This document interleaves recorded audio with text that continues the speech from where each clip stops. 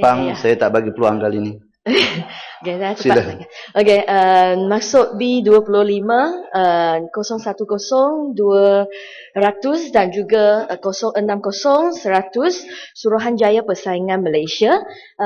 Saya nampak bahawa peruntukan untuk Suruhanjaya Persaingan Malaysia telah turun daripada 7 juta ringgit ke 6.6 juta ringgit. Jadi saya khawatir bahawa sama ada pada tahun yang depan kita ada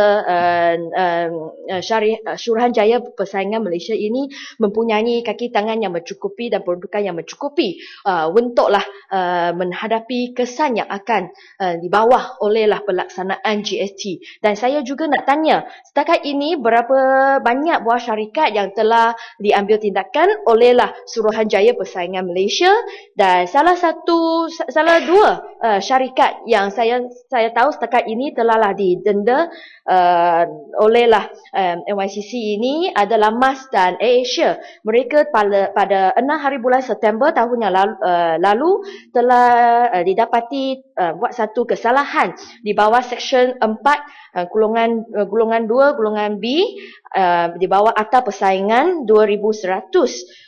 Dan denda mereka, satu denda yang sebanyak 10 juta ringgit dikenakan terhadap kedua-dua syarikat ini. Tetapi setakat pengetahuan saya, kedua-dua syarikat ini telah buat satu rayuan kepada Tribunal Rayuan Persaingan. Jadi saya nak tanya, apa status rayuan mereka?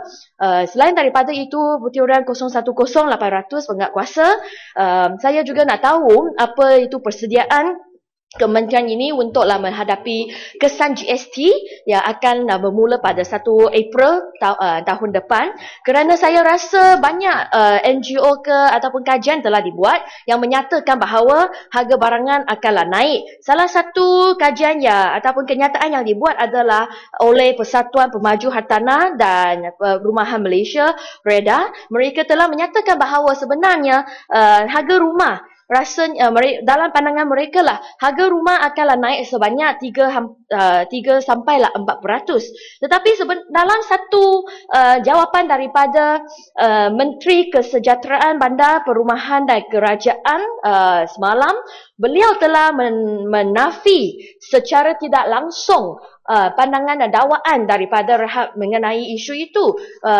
Beliau mengatakan bahawa impact yang ada sangat minima, iaitu paling banyak pun hanyalah 1% hinggalah 2%. Jadi saya rasa di sini kita nampak ada satu konflik. Ada persatuan-persatuan ataupun peniaga-peniaga yang sudah katakan bahawa oleh sebab GST jadi harga barang akan naik, termasuklah harga rumah akan naik. Tetapi pada masa yang sama kerajaan kita, menteri-menteri kita cakap bahawa kesan GST adalah sangat minimum sahaja. Jadilah hanyalah 1%, 2%. Jadi saya nak tanya di sini, sekiranya selepas pelaksanaan GST, harga barang ada naik yang sebanyaklah 5% ke 10% ke, sepertilah harga rumah, kalau ada pemaju yang menaikkan harga rumah sebanyaklah 5%, sama ada kementerian ini bersiap sedia untuklah mengambil tindakan terhadap pemaju-pemaju ataupun peniaga-peniaga yang lain. Selain daripada itu, saya juga nak tanya tentanglah diesel Euro 5 yang kebelakangan ini sudahlah bolehlah bermula dijual di 7 stesen minyak tetapi hanya di negeri Johor. Saya sebagai wakil rakyat daripada negeri Johor, saya inginlah mengucapkan tahniah dan terima kasihlah kepada menteri kerana Johor yang dapatlah diesel Euro 5 ini. Tetapi saya rasa saya harap bahawa diesel Euro 5 ini boleh juga dijual di seluruh Malaysia. Dan saya nak tanya di sini, okey.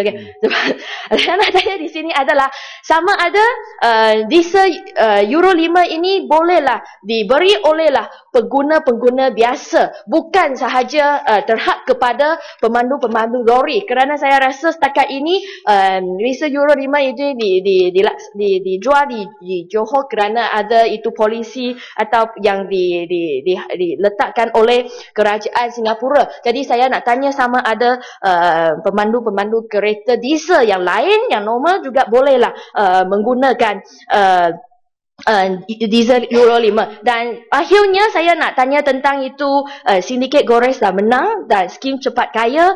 Saya rasa isu ini masihlah sangat serius di Malaysia. Jadi saya nak tanya Menteri atau Perdana Menteri, apa itu tindakan daripada kementerian untuklah mengatasi isu tersebut. Sekian sahaja. Terima kasih Dato' Pengerusi. Nipis.